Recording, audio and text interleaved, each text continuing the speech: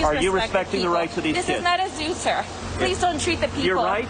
And this is a dangerous place. Please don't treat the people like this. And your policies, unfortunately, are trying to hide them. I understand you were instructed when 18 senators came down here. Please respect the people, give them dignity and respect. I respect them, and I want to fix this situation. We all want to fix this, the administration you're working for is responsible for these conditions. So that apparently over the weekend in Texas, that we believe is a border facility worker trying to block Senator Ted Cruz from taking video.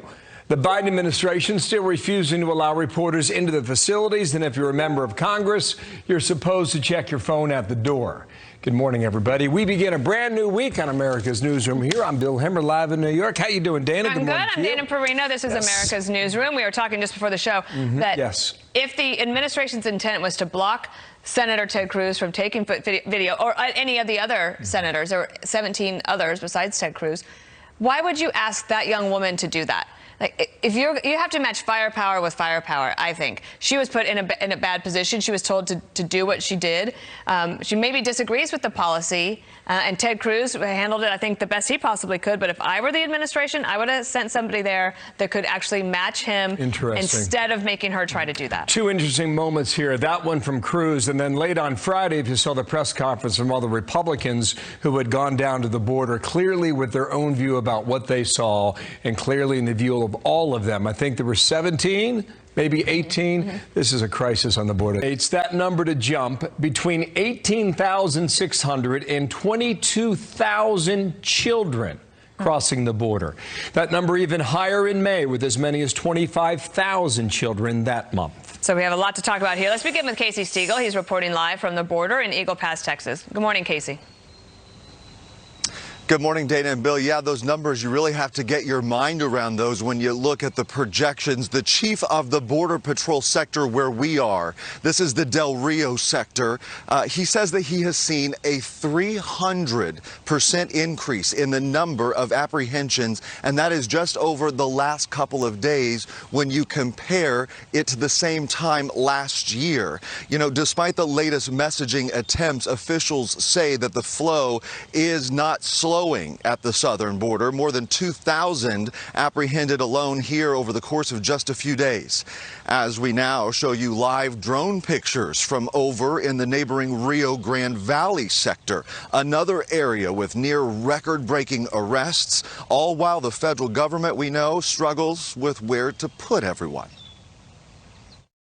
Even though we've begun the process of rolling back policies like Remain in Mexico, Title 42 remains in place, and that's a highly consequential policy because it's resulting in the majority of asylum seekers being returned back. We cannot return children back by federal law. We have to ensure their safety. We have to prioritize them. They are a vulnerable population. We have to, as we said, continue to be called into question. The safety, the security, and the sanitary conditions. Later today, Texas Senator Ted Cruz is doing another tour. This one is at an overflow facility that is up at the Dallas Convention Center. He, too, of course, is demanding transparency about letting the press inside of these processing centers and these various detention centers, not just here along the border, but also around the country as well. Dana, Bill. Casey Stiegel and the border. I'm sure we'll talk to you all week. Thank you. Yeah. At this point, in terms of allowing access to Border Patrol facilities for reporters, you are being less transparent than the Trump administration. The Trump administration was turning away kids at the border, sending them back on the treacherous journey, or they were ripping kids from the arms of their parents. We're not doing that. We are committed to allowing cameras into the Border Patrol facilities. So Chris Wallace, Fox News Sunday with Jen Psaki, when reporters will be allowed into more of those crowded facilities. Ron Vitello is former acting ICE director under President Trump and former Border Patrol chief under President Obama. Ron, welcome back to our program. Good morning to you. Morning. I think we talked a week ago. I mean, it's only gotten worse since then, Ron. Yeah, it's gotten worse, and it's going to get a lot worse because there's nothing in either the rhetoric or, you know, as far as solutions on policies to change what's going on. You know, we've sent this signal to folks that if they send their child to the border, we're going to let them in, because that's what happened. That's what happened in 2014. That we had a big surge of unaccompanied children coming to the border, and they most of them are still here. They get placed into the United States. So it's a form of catch and release. And that's the way the law is operationalized. So having congressional delegations go down there and expose what's going on to the American people hopefully will generate some momentum to try to get this fixed. Ron, why do you think they're so reluctant to just allow the media in? Like, they wouldn't have this tussle with the senators if they would allow the media to have access. I don't understand it. I mean, I think people want to be informed about what's going on. I feel for the workforce. It would be great for us to see what's going on in these facilities, because imagine the workforce and their families. They come to work every day. There are thousands of people waiting for their attention. They come back the next day. There's hundreds more. It's got to be very frustrating for them. Soundbite number 3, guys. Kate Bedingfield from the White House. This was on ABC on Sunday. Here's her solution. Roll this. Our objective is to take a different approach from the last administration. We are not going to send children under the age of 18, kids under the age of 18, back on this treacherous journey. They are fleeing challenging economic circumstances, hurricanes, prosecution in some scenarios. It does not mean that they get to stay in the United States. It means their cases are adjudicated. Ultimately, what we need to do is address the root causes of migration. Take on dealing with the work and the diplomacy that's necessary in the Northern Triangle to prevent people from making this journey in the first place. They're not the result of one administration's policies or another administration's policies. They're the result of, for example, weather disasters in the region. They're the result of people fleeing poverty and violence. So this is a cyclical issue. They've got their message down there. That was Psaki with Bedingfield from Sunday. So El Salvador, Guatemala, Honduras are going to get billions in U.S. dollars. It's going to take years for those policies to be implemented. How long do we wait? Yeah, it's not going to stop what's happening on the border today. It's not going to obviate the need for additional shelter space, augmentation to Border Patrol stations, and the tools that were in place for adults, the migrant protection protocols, included adults that brought their family with them. Children that come alone, they're right, that they have to be treated specifically under the law. But in the last administration, they were using the Title 42 authority to reunite children with their parents in their home countries. And so there has been a change in the... Oh, thank you so much. There's a lot to talk about here. We'll be in touch with you because the other thing is, they've asked for federal workers to volunteer for 120-day deployments to the border. So we'll have to. It's going to go on for weeks, if not months. Sir, thank you. You got Fox News Alert Now live event in Minneapolis. Watching this very closely today. That's Ben Crump now speaking at the microphone. Just want to dip it in here as we get ready for the trial of Derek Chauvin. Under the 10th Amendment, and black people in America should not only have to get partial justice. We have every right to get whole justice. All right, opening statements begin at 10 a.m. Eastern Time. That's 50 minutes from now, 5-0. And we're going to carry those opening statements for you from Minneapolis. It's a trial the country is watching, and so shall we, coming up shortly. 10 minutes past now, Dana. Also, this bill, Vice President Kamala Harris is not in charge of the border crisis. Now, that's according to a spokeswoman for the vice president, who says Harris is actually heading up diplomacy in the region, but not border policy. She says the vice president is, quote, not doing the border and has no plans to go there in the near future. President Biden tapped Harris last week to lead his administration's efforts to curb the historic surge of migrants at the border. But I thought this was fascinating, Bill, because this article runs on Saturday morning. It says her focus is border diplomacy. She has no immediate plans to visit. Basically, the administration let the story sit out there for 4 days. Sure did. That Harris was going to be in charge of the border. And then all of a sudden, Saturday morning, you get an AP story that says, actually, no, she's just doing the diplomacy part. So now who's doing the border? What's the rush? You just heard Vitella, right? I mean, we're going to bring back Ron in a week. We're going to bring him back in a month. We're going to bring him back in 6 months, and the situation may not even change. What's the rush? Meanwhile, we got more government spending on the way. President Biden set to unveil an economic recovery plan on Wednesday of this week. Now, the first part will focus on infrastructure. It could come with $1 trillion price tag. Peter Ducey starts his week. North Lawn there. Hello, Peter. Good morning to you. How long until President Biden reveals his infrastructure plan? Peter? Bill, good morning. We're expecting some details on Wednesday, and while the White House says they're not quite plotting out their legislative strategy yet, their plan is to pressure Republicans to vote for this. I will say that I don't think Republicans in this country think we should be 13th in the world as it relates to infrastructure. Roads, railways, rebuilding them, that's not a partisan issue. That's a lot of what the president will talk about this Wednesday. Then he will have another package, another proposal that he will put forward in just a couple of weeks that will address a lot of issues that American people are struggling with. Child care, the cost of health care. So it is going to be two bills, those social programs in the second one, infrastructure in the first. And top Republicans on Capitol Hill are not totally out on the idea of infrastructure, but they are apparently totally on the outside of what the White House wants to do, because the Republican in charge of rounding up Republican votes in the Senate hasn't heard from the Biden administration about this. There's bipartisan support for infrastructure. There always has been. It's historically that way. But this is an administration that, at least right now, seems set on doing it one way, their way, or the highway. This infrastructure package is expected to cost trillions. And one way the feds might try to scrape together all that money is coming now from the Transportation Secretary, Pete Buttigieg, who is floating the idea of a mileage tax. Basically, the more you drive, the more you pay the government. Trillions, a new billion. Thank you, Peter. Nice to see you at the White House today. For more on the administration's next spending plan, let's bring in Stephen Law, president of the Senate Leadership Fund. So you heard it there. Colin Reed has an exclusive piece on FoxNews.com. The headline is this, that Biden and the Dems spending spree, the country's future depends on conservatives doing this. Basically, he's saying they got to get back to what they know best, which is being fiscally conservative. Do you think that could happen?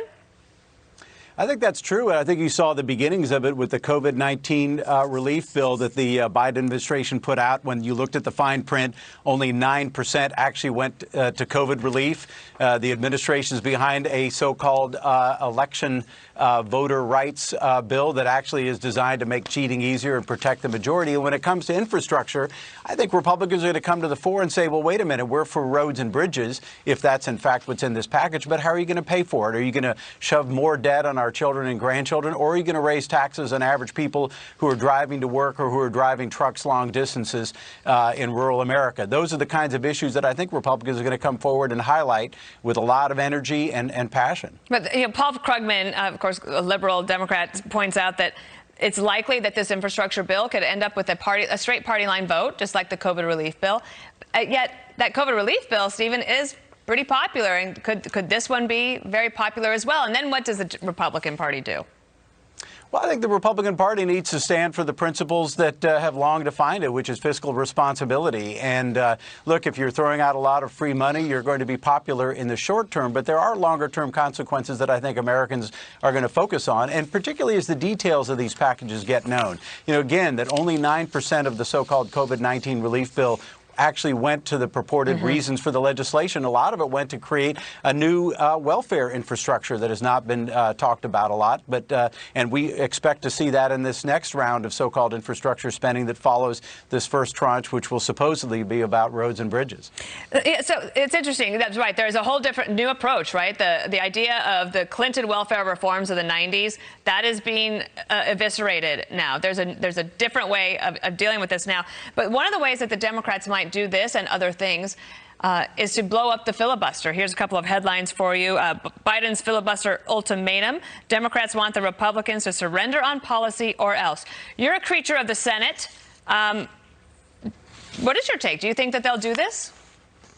Well, I think, any change of this magnitude always comes with unintended consequences. You know, Harry Reid thought he was so clever by blowing up the filibuster when it came to lower court vacancies. And then the Democrats got three unintended consequences, and they're named Justices Gorsuch, Kavanaugh, and Barrett. And the first 6-3 conservative majority in the Supreme Court in a generation. It's the kind of thing that you suddenly lose when you lose control of the majority. You realize how important that filibuster is, and I think Democrats need to be very, very cautious before they step across that line. Do you think that Senator Joe Manchin of West Virginia holds the line? He said he's not for blowing it up, but do you trust that?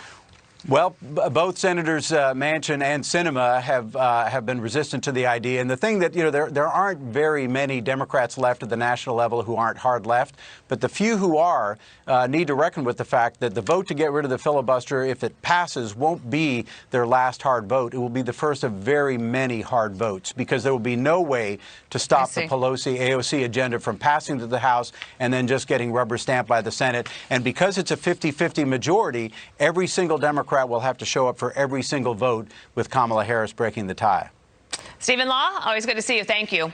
Some moderate Democrats are getting some weak knees over the spending, and that could be the case now as they try and get this next one through, right? Well, we'll see. But, but you can tell, this is for all the marbles. Yeah, correct. All of them on the table. All the marbles. Right.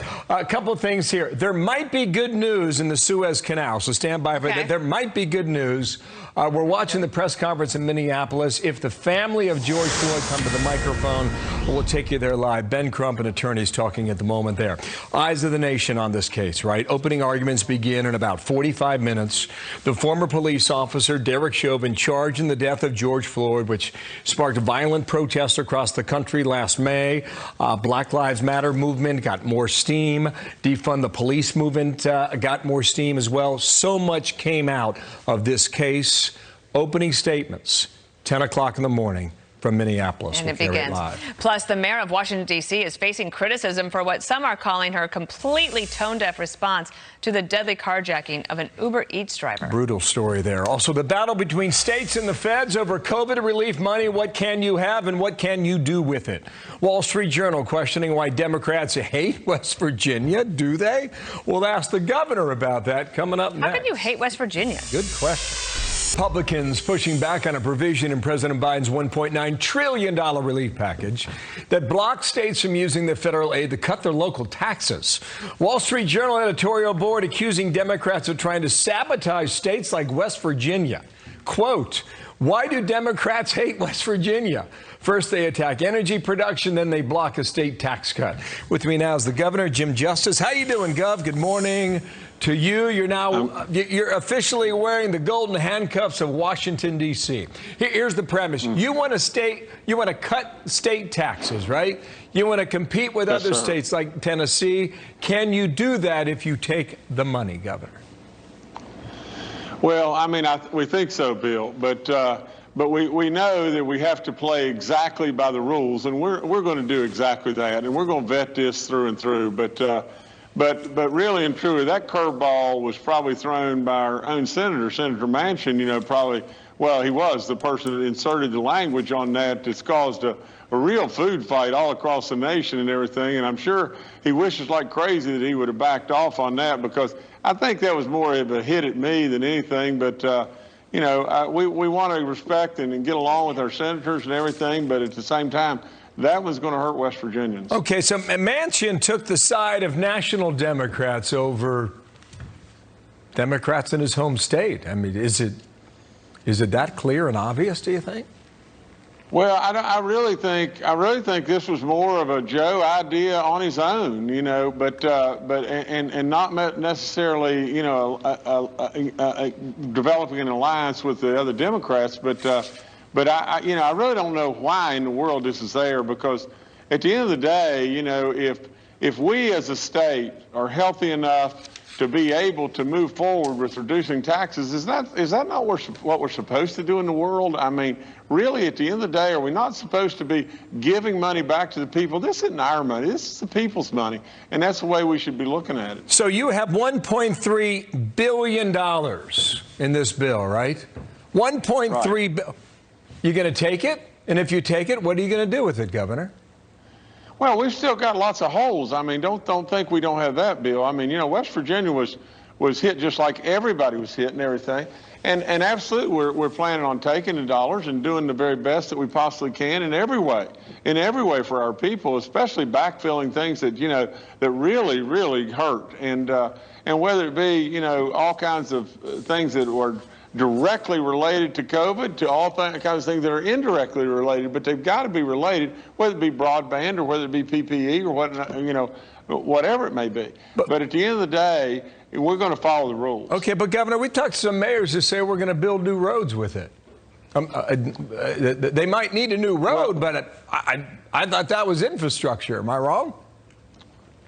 Well, you know, from a standpoint of, we did do a little bit of this. You know, we had medical access highways where people, you know, where we had bad slips or whatever it may be, where people would have to drive 45 minutes in West Virginia to get to a medical facility and everything. And from that standpoint, I'd be really supportive of that. But, you know, Bill, exactly what's happened in this, you know, and I was the first to say, go big or don't go, because I really believed our president, our past president, President Trump, wanted $1.8 billion stimulus package and everything.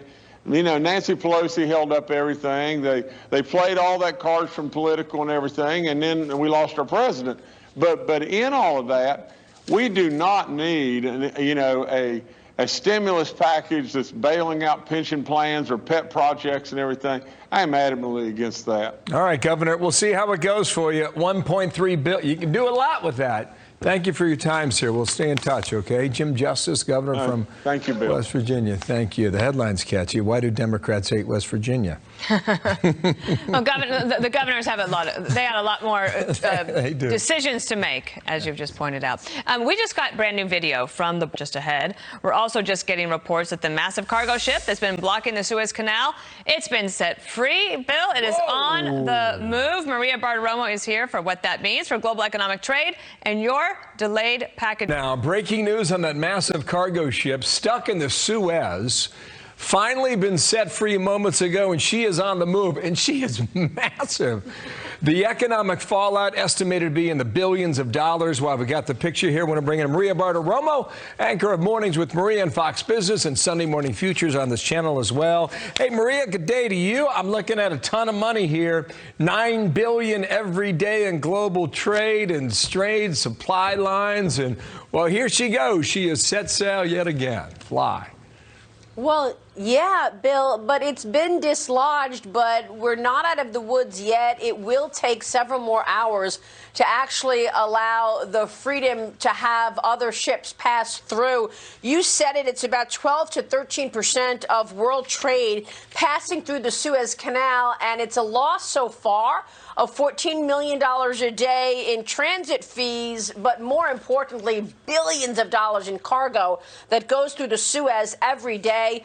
Hopefully, this has not been too much of an impact, negative impact on global trade. But if this had gone on any much longer than what we saw, we would have seen real issues in terms of oil, in terms of other things and global trade. A lot of goods in Europe has been impacted, and that would certainly have slowed down the global economic story. So it's very good news that this ship has at least begun to move again, having been dislodged. Yeah, really big story. The captain said the wind knocked him off course a week ago. I mean, if you take this picture full, Maria, I mean, that had to be one heck of a gust of wind to take something of this size and knock it off course. Yeah, you're right. And they had to do it during high tide in order to work the sand from the bottom out to make sure that the waters were also helping in terms of moving. So they say that when we see high tide later today, it will actually be very positive in the movement of this ship even further. So there's more to come here, but certainly it is good news that the dislodging has begun for the global economy. Yeah, there are 18,460 cargo containers on board. I mean, just massive stuff. Another topic, another COVID relief plan. They're going to sell it this week. What do you think the status of moving that forward is today? What do you think the stage well, looks like. Well, I think it has a good chance, Bill, I think it has a good chance of moving forward. What President Biden is doing now is he's going to break this up into two different plans because he knows that he has a lot more support on just infrastructure, roads and bridges than he does on the Green New Deal and on some of the health care plans and education plans that they want to implement. Also, it's a little trick here to get the support on infrastructure in Part 1 and then use Part 2, jam-packed with lots of other things in health care as well as higher taxes, get that through reconciliation. And that's the plan. That's why I think they want to split this up into two, because you can pass infrastructure easily. You've got a lot of bipartisan support. You don't have support from the Republicans on raising taxes, so that they're planning on jamming through reconciliation. We're going to hear from President Biden this Wednesday talking about the infrastructure plan, and then on Thursday, he will reveal the beginning of his 2022 budget on Thursday, and that will give us a better idea of where his spending priorities are. It is likely around climate change and health care. We'll hear more of that this upcoming Thursday. Just 30 seconds here. Do you sense any crack in this Democratic wall yet? Do you get a sense that some moderate Democrats are saying, it might be too much too fast? I do, Bill. I think lots of pushback on this massive spending. At some point, this will start roiling markets, and then you'll hear even more pushback. And certainly there's a lot of pushback from Democrats in some swing states who are not looking forward to this massive tax increase that will hit their constituents. Thanks, Maria. Great to see you. Thanks for being on today. Mondays with Maria. There she is. Thanks, Maria. And Jake Sherman of Punch Bowl News, he said that it's basically going to be in two parts. $2 trillion for roads and bridges infrastructure, like you would think about it. And then another $1 trillion is for human infrastructure. And that's where all those things that Maria was just talking about will be put in. Healthcare, free community college, things like that. We shall see if they stick together, right? But Ever Given is no longer stuck. How about that? Everybody can breathe easier now. I think so. The ship is on the move. Maria was cautious, however. She was. There's a new report that says Governor Andrew Cuomo rationed COVID testing kits requested by long-term care facilities at the peak of the pandemic while securing access for family and friends to supplies, which were very limited at the time. Brian Yanis is live in Brooklyn for us. Brian, what can you tell us?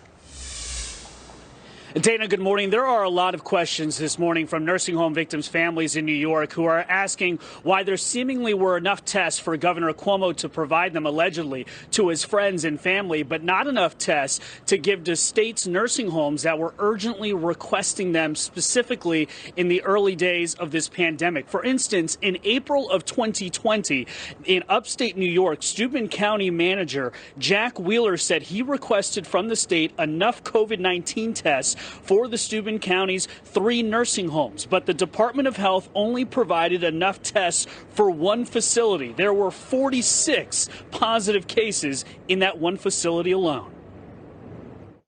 To request a few hundred tests, I don't think was a large ask, especially when we communicated to the state how much of a spread we had in Steuben County. Someone in Albany decided that universal testing in nursing homes was not a good idea.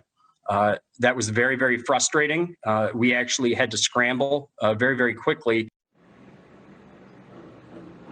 A Cuomo spokesperson told the New York Post essentially they did the best they can. Quote, anyone can attempt to rewrite history or rehash out of context conversations a year later, but that doesn't change the facts. Allegations that Cuomo gave preferential access to COVID tests to his family and other VIPs is now a subject of the state assembly's impeachment investigation. Cuomo, by the way, has not taken a question from the media since these accusations surfaced last week of his preferential testing program. And Dana, separately, the Wall Street Journal is reporting that dozens of officials in the Cuomo administration have been subpoenaed in regards to that ongoing independent investigation of those sexual harassment allegations.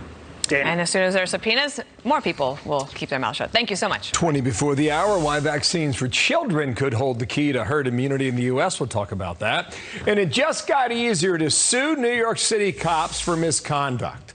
What that could mean for the police and public safety, Andy McCarthy's going to take it on next. They don't make enough money as it is. They have to worry about that as well. This is complete insanity on the city's part. 9:45 East Coast time. Fox News Alert Now opening statement set to begin in the murder trial of former cop Derek Chauvin in Minneapolis. Chauvin is accused of killing George Floyd during an arrest last May. Minnesota does not typically allow cameras in the courtroom, but the judge in this case said yes to the cameras in a very high-profile matter, as you can imagine. We'll take you there live once proceedings get underway. Dana. And for more on this, let's bring in Fox News contributor Andy McCarthy. He's also a former U.S. Assistant U.S. Attorney. So, Andy, when you are the lawyers that are about to do opening statements in a big trial like this, what do you try to accomplish on that first day? What do you think will happen here as they set the stage for this trial? Well, the thing about trials, Dana, is that the evidence comes into the jury in bits and pieces, and sometimes it's disconnected, particularly in a case with a lot of forensic evidence. Lawyers liken opening statements to the box that a jigsaw puzzle comes in.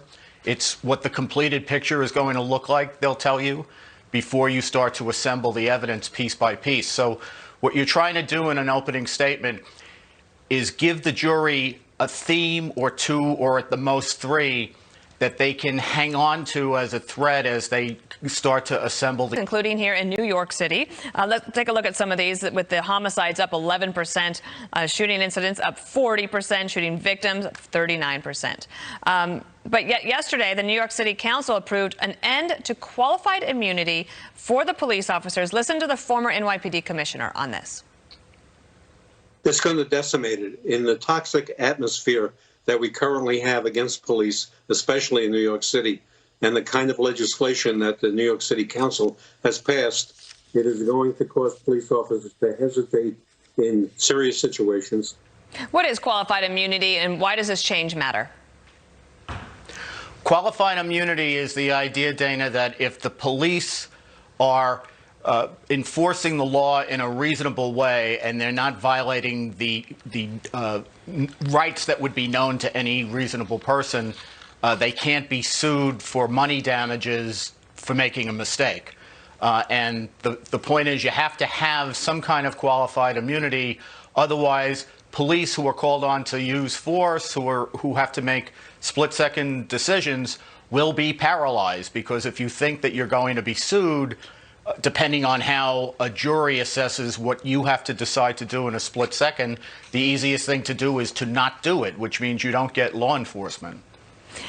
So we'll keep an eye on that as the police try to figure out what all this means. Wanted to ask you just one last quick thing.